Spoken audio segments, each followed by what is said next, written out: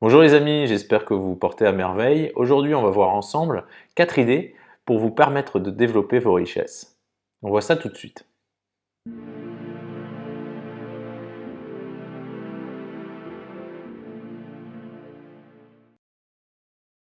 Les amis, bonjour, je me réjouis de vous retrouver aujourd'hui pour un nouvel épisode. On va parler de 4 idées qui m'ont permis de développer mes richesses et on va voir ça ensemble. Avant de commencer, pour ceux qui sont nouveaux ici, ceux qui ne me connaissent pas, je m'appelle Mathieu, je suis entrepreneur et j'ai créé cette chaîne afin de partager avec vous les connaissances que j'ai pu acquérir tout au long de mon parcours, mais aussi les erreurs que j'ai pu faire afin de vous éviter de faire les mêmes et de vous faire gagner du temps. Si vous trouvez ce contenu intéressant, n'hésitez pas à le partager avec quelqu'un autour de vous que ça pourrait aider. C'est comme ça qu'on pourra toucher un maximum de monde. Alors sans plus tarder, on va voir ensemble aujourd'hui 4 idées qui m'ont permis de développer mes richesses. La première idée, c'est de dépenser moins que l'on ne gagne.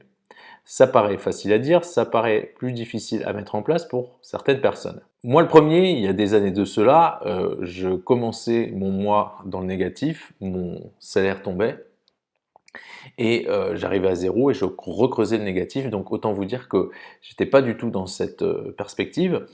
Et plus récemment, je me suis rendu compte que bêtement, si chaque mois je dépense moins que je ne gagne, chaque mois j'ai de l'argent qui va s'accumuler. Et au fil des mois et des années, bêtement, cet argent va s'accumuler et je vais bien sûr pouvoir l'investir ou le mettre de côté. Mais je me suis rendu compte que si je fais ça vraiment sur un horizon moyen long terme, je n'aurai plus jamais besoin d'argent. Ça ne veut pas dire que je n'aurai plus besoin de travailler, mais je ne serai plus dans cette perspective où je suis là, je suis en manque, j'ai besoin, etc. Parce que j'aurai justement réussi à constituer une épargne et aussi de quoi investir. Et donc, si on dépense moins que l'on ne gagne chaque mois, on commence à alimenter un cercle vertueux et ça nous permet d'abord de dégager une épargne de précaution, 3, 6, 9, 12 mois de vos frais fixes de côté, comme ça vous apporte une certaine sérénité et vous n'êtes plus dans le flip constant de vous dire comment je vais finir le mois.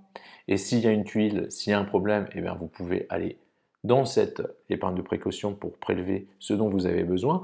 Donc vraiment, moi, d'avoir mis ça en place, ça m'a vraiment donné une certaine sérénité, une certaine tranquillité dans mon rapport à l'argent. Mais ensuite, ça ne sert à rien de mettre de côté 100 000 euros. Ils vont dormir sur votre compte, ils vont rien rapporter. Donc bien sûr, en fonction de votre situation, si vous êtes célibataire ou si vous êtes père ou mère de famille, que vous avez des enfants, vous n'avez pas les mêmes responsabilités, donc ça peut être 5, 8, 10, 15, 20 000 euros de côté. Mais passer un certain montant, ça n'a plus beaucoup de sens parce qu'on constitue ce capital pour vraiment avoir une épargne de précaution quand il y a un problème qui arrive. Et puis le reste, on peut se dire, je pourrais l'investir. Et donc là, vous allez vous dire, ah, alors deux solutions, en gros, soit investir dans l'immobilier, soit dans les marchés financiers.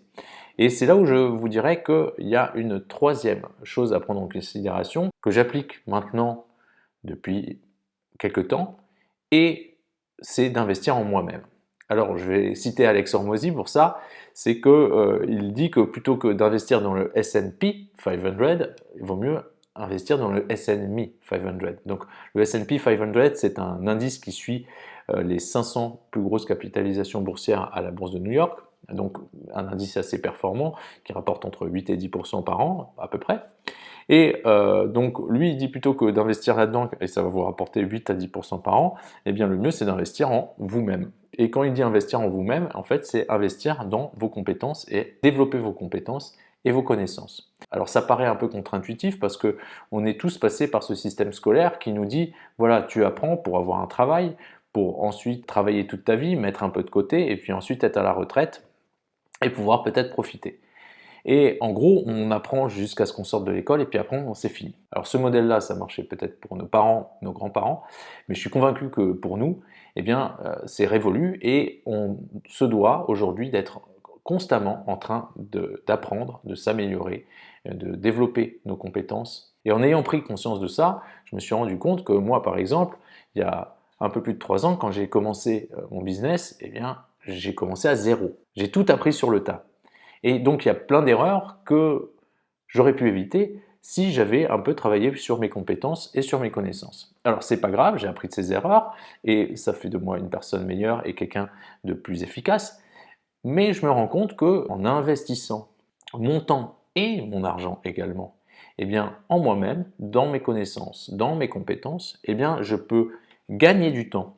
Un exemple, si je trouve un mentor qui est déjà là où je veux être, eh bien, il peut m'éclairer un peu la voie, m'éviter certains de ses écueils et me faire gagner du temps grâce à son expérience, sans pour autant me prendre les cicatrices que lui a peut-être eues suite à son expérience. Donc je vois ça vraiment comme un peu un raccourci, donc gagner du temps, et une fois de plus on dit toujours le temps c'est de l'argent, mais gagner du temps en faisant appel eh bien, aux livres, à YouTube comme vous êtes en train de le faire, au podcast, donc ça c'est relativement gratuit en termes d'accès, mais aussi là j'ai commencé à faire une liste justement des compétences que je veux développer, et je compte justement suivre des formations, peut-être me trouver un coach ou un mentor dans certains domaines pour justement mettre un coup d'accélérateur. Et pour reprendre un exemple d'Alex Hormozy, dans l'un de ses épisodes, il explique qu'il avait un mentor ou il était à un événement où la personne a demandé à une personne dans l'assistance combien cette personne faisait par an. La personne, admettons, disait qu'elle faisait 50 000 $, on va dire 50 000 €, on est en Europe. Et donc à ce moment-là, cette personne, sur un tableau, écrit 1 million, en dessous écrit 50 000, tire un trait, et en dessous écrit 950 000. Et elle répond à cette personne, qui fait donc 50 000 € par an, eh bien ça vous coûte chaque année 950 000 € de ne pas savoir comment faire 1 million d'euros. Et ça, pour moi, ça a pris du temps, j'étais choqué par le concept, mais j'ai pris un peu de temps pour comprendre, et je me suis rendu compte que il y a vraiment, on peut avoir des dettes financières quand on emprunte de l'argent à la banque pour peut-être acheter une maison ou un appartement, mais on a aussi une dette en termes de connaissances, en termes des choses que l'on ne sait pas. Et le pire là-dedans, c'est qu'on ne sait pas ce que l'on ne sait pas. C'est-à-dire que quand j'ai commencé mon business, il y avait plein de choses que j'ai apprises bien sûr au fur et à mesure, mais que si on m'avait posé la question avant de commencer, je ne savais même pas qu'il fallait que j'ai ces compétences-là. Donc déjà, arriver à trouver, à sélectionner les choses que l'on veut améliorer et ensuite aller chercher le savoir dont on a besoin ou l'expérience dont on a besoin pour pouvoir augmenter ses compétences et ses connaissances, c'est primordial parce que ça nous permet de payer en fait cette dette d'ignorance que l'on a tous. Et donc je me suis rendu compte eh bien, que moi, ça me coûte également, admettons, 950 000 € chaque année de ne pas savoir comment faire 1 million d'euros, parce qu'aujourd'hui je ne fais pas 1 million d'euros par an. Et donc pour moi, essayer de payer le plus vite cette dette d'ignorance que j'ai en améliorant mes compétences, en améliorant mes connaissances, en profitant de l'expérience d'autres personnes pour gagner du temps et prendre peut-être des raccourcis sans que ce soit quelque chose de mauvais, eh bien c'est primordial. Et aujourd'hui, je me concentre bien plus là-dessus et je compte bien plus investir d'argent là-dessus que sur les marchés financiers qui étaient mon domaine de prédilection jusqu'à maintenant en termes d'investissement. Et donc voilà, aujourd'hui vraiment l'idée c'est de, si j'arrive à dépenser moins d'argent que je ne gagne, ça me permet de dégager de l'argent, et aujourd'hui cet argent-là, eh bien je vais investir un maximum de cet argent-là pour m'améliorer moi, me former, augmenter mes connaissances et payer cette dette de connaissances, parce que je suis convaincu que justement d'augmenter nos connaissances, ça nous permet en fait d'augmenter notre capacité à gagner de l'argent, tout simplement. Et sur le moyen long terme, eh bien, le retour sur investissement est bien plus important que le retour sur investissement que pourrait avoir le S&P 500, tout simplement. Donc pour ces deux premières choses qui sont un peu liées, c'est de dépenser moins que l'on ne gagne. C'est la base si on veut commencer eh bien, à pouvoir développer son patrimoine et à développer ses richesses. Et elle est intrinsèquement liée à la deuxième chose qui est d'investir en soi-même, d'investir dans des cours, un mentor, un coach, de façon à développer eh bien, ses compétences et ses connaissances, et que ce soit quand vous êtes entrepreneur, mais aussi quand vous êtes employé. Quand vous êtes employé, vous pouvez vous poser la question, votre poste, votre fonction dans la société, dans l'organisation, a pour but de faire gagner plus d'argent à la société. Sinon, votre poste n'a pas grande utilité. Parce que le but d'une société, d'une entreprise, c'est de faire de l'argent. Donc posez-vous la question, comment mon poste, ma fonction, permet à la société de gagner plus d'argent? Et ensuite, vous pouvez vous poser la question, eh bien, comment je peux faire pour augmenter justement l'argent que la société gagne grâce à ma fonction? Et ça vous permet de basculer, et au lieu d'aller demander une augmentation, vous pouvez aller demander à votre supérieur, eh bien, en quoi, si vous n'arrivez pas à répondre à cette question, en quoi votre poste eh bien, permet à la société de gagner plus d'argent, et ensuite, avec ces connaissances-là, de vous dire, ok, alors je vais travailler sur cette compétence, sur ces connaissances, pour justement augmenter la valeur que vous apportez à la société, et c'est à ce moment-là que vous allez pouvoir demander plus facilement une augmentation. Pour finir, une petite règle d'or quand vous voulez essayer de dépenser moins que ce que vous ne gagnez, eh bien c'est tout simple. Dépensez un peu d'argent sur les choses qui sont vraiment importantes pour vous, qui vous font vraiment plaisir. Je ne vous dis pas de claquer, mais de vous faire plaisir sur ces choses-là et couper drastiquement sur toutes les autres choses qui sont superflues.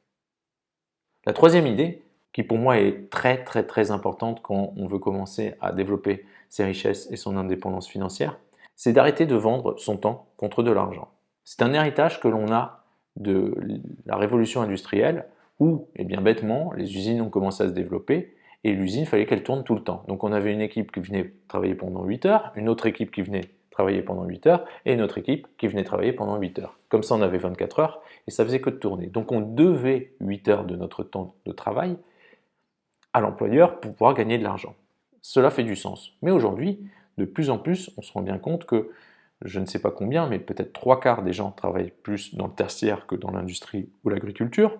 Et donc ce modèle est remis en cause. Et on se rend bien compte que dans le tertiaire, il y a beaucoup de choses qui relèvent plus de la mission que du nombre d'heures. Et j'ai envie de vous dire, pour moi, peu importe que ça vous prenne 10 minutes ou 2 heures pour remplir une mission, l'essentiel c'est que la mission soit remplie.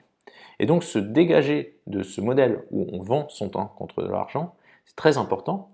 Et même pour les freelances, par exemple, j'ai beaucoup d'amis freelance autour de moi qui me disent, voilà, je suis mon propre patron, etc. Mais ils sont toujours dans ce rapport où ils vendent leur temps contre de l'argent. Alors peut-être que leur taux horaire est plus élevé, mais le problème, quand on est toujours dans ce modèle à échanger notre temps contre de l'argent, eh bien c'est qu'on a une limite.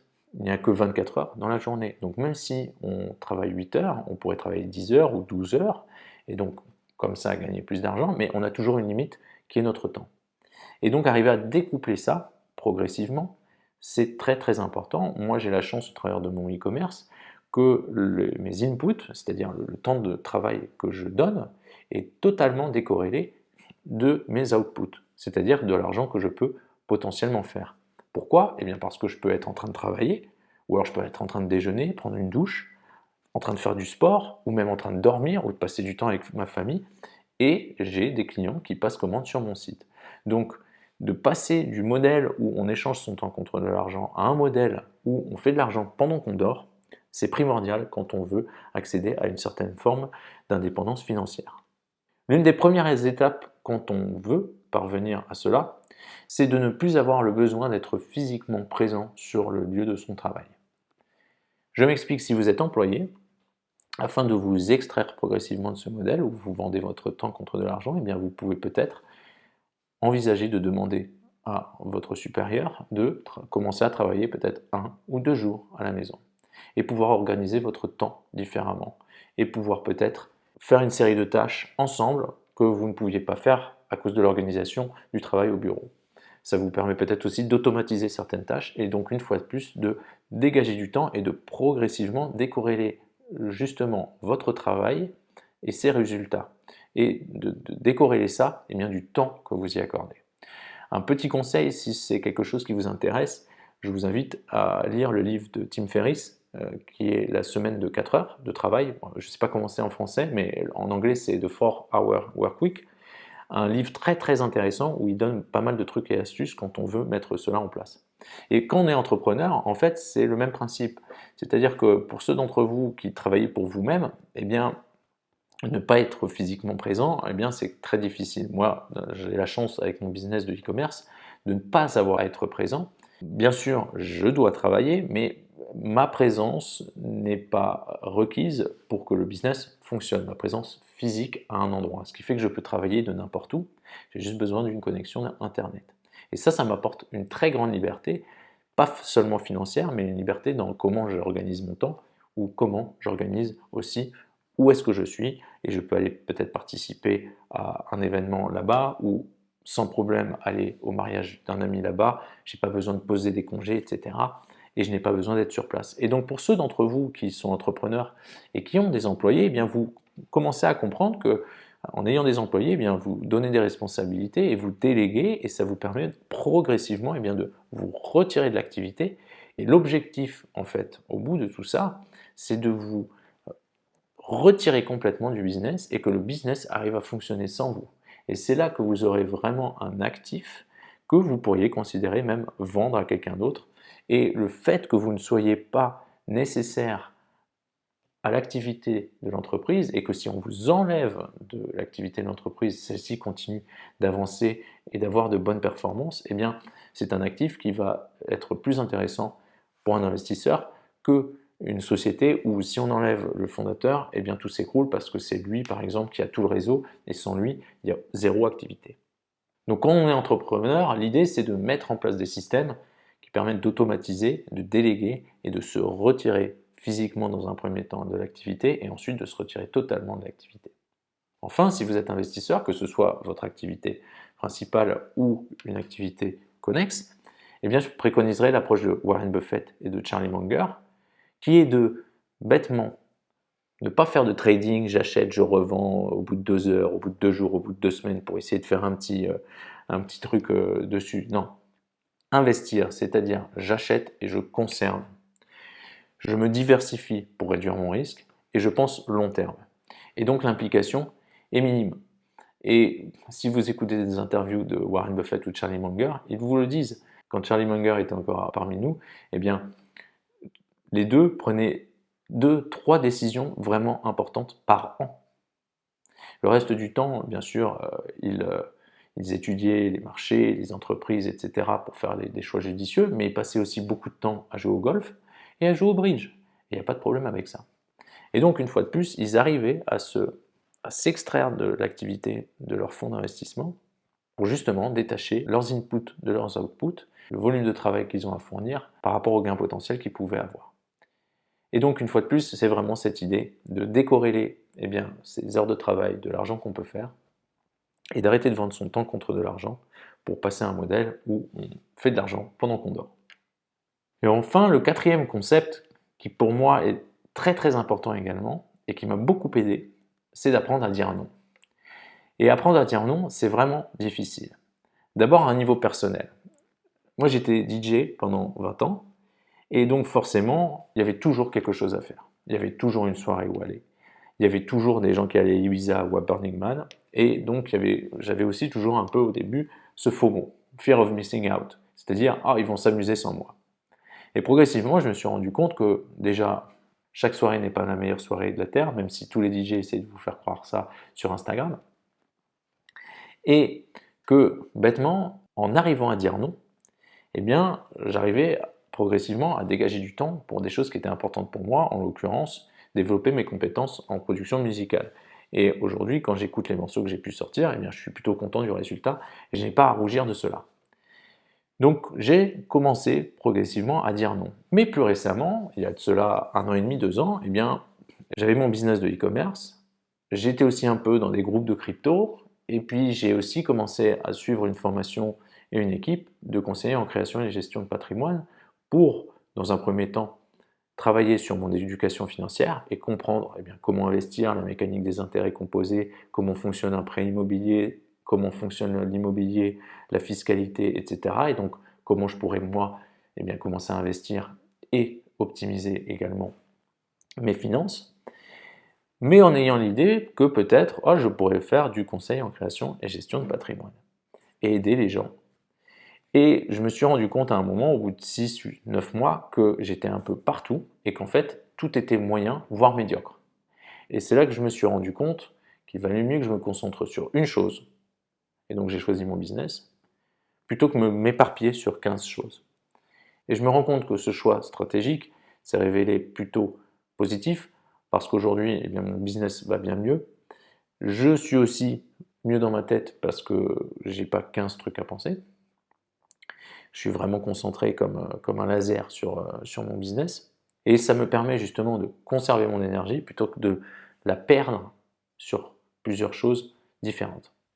Donc si vous, de même, vous voulez, par exemple, développer certaines compétences, eh bien, savoir dire non à votre ami qui vous appelle pour aller boire un verre ce soir, alors que vous avez prévu peut-être de travailler sur votre diction parce que vous voulez lancer un podcast, eh bien, cette force de dire non, c'est très très important. Et pour ceux d'entre vous qui sont entrepreneurs, quand on est entrepreneur, en fait, on est toujours à l'écoute et on a toujours des opportunités qui viennent à nous. Et la difficulté, c'est de savoir dire non. Surtout que plus on a de succès, et bien plus les opportunités ont des gains importants potentiellement. Et donc c'est encore plus difficile de dire non. C'est un peu comme la femme en robe rouge dans Matrix. C'est-à-dire que Neo est dans la rue avec Morpheus et dans ce système de simulation de la matrice, et puis il lui explique que voilà, c'est comme ci, c'est comme ça, et puis il y a cette femme avec la robe rouge qui passe, et puis Neo tourne la tête, et Morpheus lui dit tu es en train de m'écouter, et Neo retourne la tête, et en fait c'est un agent qui est en train de lui pointer un flingue sur la tempe. Et c'est ça en fait, savoir dire non, c'est savoir dire non à cette fille en robe rouge. Et ce qu'il y a, c'est que plus on connaît le succès et plus on s'améliore, plus on connaît de choses, meilleures sont nos compétences, et bien plus la fille en robe rouge est attirante et donc plus c'est difficile de dire non. Donc s'entraîner à dire non, c'est très important pour pouvoir justement se concentrer sur quelque chose et avancer, se donner des objectifs, avoir une stratégie et vraiment pouvoir avancer là-dessus. On n'a pas beaucoup de temps sur cette planète et on n'a pas beaucoup d'énergie, donc autant la concentrer sur quelque chose qui est vraiment important pour nous et dire non au reste. Donc voilà les amis, j'espère que ces 4 concepts, ces 4 idées vont vous permettre de vous poser des questions et de vous dire « Ah, qu'est-ce que je pourrais faire moi pour mettre ça en place ?» Donc dépenser moins que je gagne, investir en moi-même, essayer de me défaire du mode où je vends mon temps contre de l'argent, et puis enfin, savoir dire non. Moi, ça m'a énormément aidé et c'est pour ça que c'était important pour moi de partager cela avec vous. J'espère en tout cas que vous avez passé un bon moment, que vous avez trouvé ce contenu intéressant. Si vous pensez que ça peut aider quelqu'un autour de vous, n'hésitez pas à le partager avec cette personne. C'est comme ça qu'on pourra toucher un maximum de monde. Si bien sûr vous avez un commentaire, une question, vous pouvez la mettre ici un peu plus bas. Naturellement, si vous voulez me donner le sourire, vous pouvez mettre un petit like. Pour être prévenu dès qu'un nouvel épisode est publié, appuyez sur la cloche et inscrivez-vous. Moi, en tout cas, je me réjouis d'avance de vous retrouver bientôt pour un nouvel épisode. D'ici là, prenez soin de vous et à très vite.